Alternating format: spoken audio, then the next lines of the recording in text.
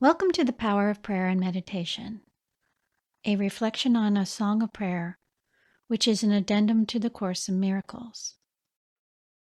Over the next couple of days, I will outline how this course works, and then I will post the first reading assignment from the study material. If you do not own a copy of A Course in Miracles, no need to stress. You can always access it online for free. I have found that frequently people sign up for our courses. However, some have no knowledge of A Course in Miracles. So before we go into how this course will unfold, I thought it would be helpful to give some background on A Course in Miracles and the Song of Prayer. The two people responsible for A Course in Miracles were Helen Schucman and Bill Thetford. They were psychologists at Columbia Presbyterian Medical Center in New York City. For the first 7 years of their relationship, they had a great deal of difficulty with each other. Their personalities were entirely opposite. They worked together well on one level, but on a personal level, there was a lot of tension.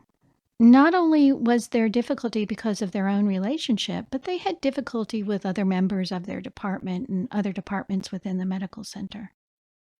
The turning point came one spring day in 1965 when Helen and Bill had to go across town to the Cornell Medical Center.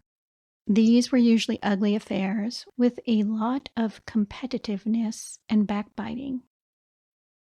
Helen and Bill were very much part of that as well, being critical and judgmental of other people. But this one day, just prior to their leaving for the meeting, Bill, who was rather quiet and unassuming man, did something very out of character for him. He made an impassioned speech to Helen in which he said he thought there had to be a better way of dealing with these meetings and the kind of problems that kept coming up. He felt that they should be more loving and accepting rather than so full of competition and criticism. Equally unexpected and out of character was Helen's response. She agreed with him and pledged to help him find this other way. Their agreement was very out of keeping for both of them, as they tended to be critical rather than accepting of each other. However, their joining with each other was the beginning of A Course in Miracles. On a level at which neither of them was aware, that instant acted as a signal that opened up a door to the experiences that are now the piece of work we call A Course in Miracles.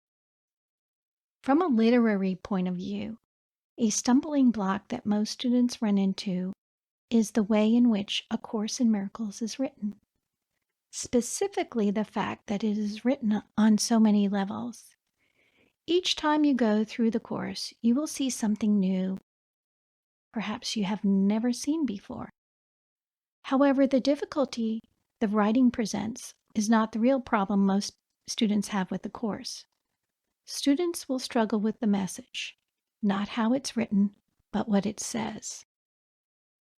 The course has been said to be written on 2 levels. Level 1 is the metaphysical dimension that teaches that the physical universe is an illusion and not real, and we're not even here.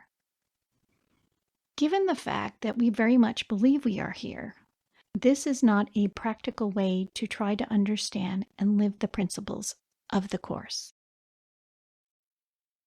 Therefore, there is a second level, level 2, that deals with the difference between truth and illusion. Truth relates to the Holy Spirit's view of the world, and the illusion is the ego's way of looking at the world, which is through guilt and judgment.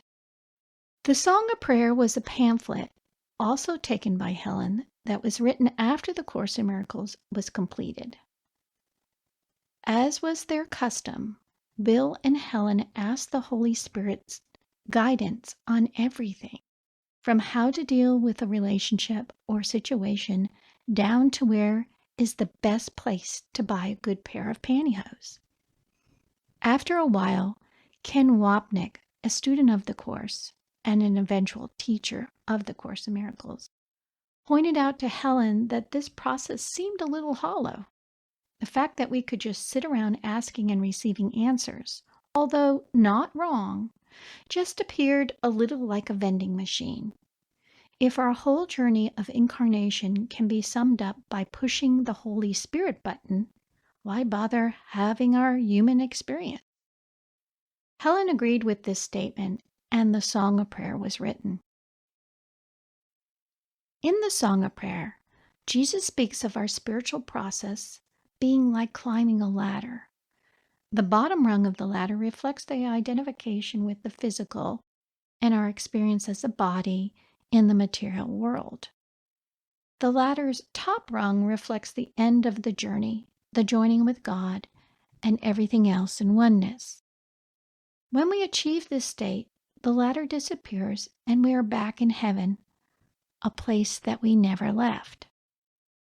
What is so great about A Course in Miracles as a spiritual thought system is that there is something there for all students, regardless on what rung they're on. Its different levels of writing reflect these different stages of our journey home. In this course, we will discuss the form of prayer that we use. For many of us, we bounce around on the ladder of prayer depending where our minds choose to wander. We will also discuss contemplative prayer, which focuses on being one or together with God, the experience of the I Am. A Course in Miracles relates to us directly. We don't learn it or try to understand it. We read it like we are listening to music. What comes to us as we are reading the Course generally offers us a healing moment. It very often deals with issues that we do not want to face within ourselves and have avoided. In dealing with basic issues, the Course challenges us to undo the past. When we have undone the past in our consciousness, we become a light unto ourselves. In the present, we are true to ourselves and can become open to oneness that is always waiting for us. We become free. We come to know nothing real can be threatened, nothing unreal exists. If you have not already joined our private Facebook group, I encourage you to do so if you would like to participate in our exploration of prayer. For more information on the study material, please go to pathwaysoflight.org or visit my website, laurettedejulian.com. I hope that you will join us, and I look forward to meeting all of you soon.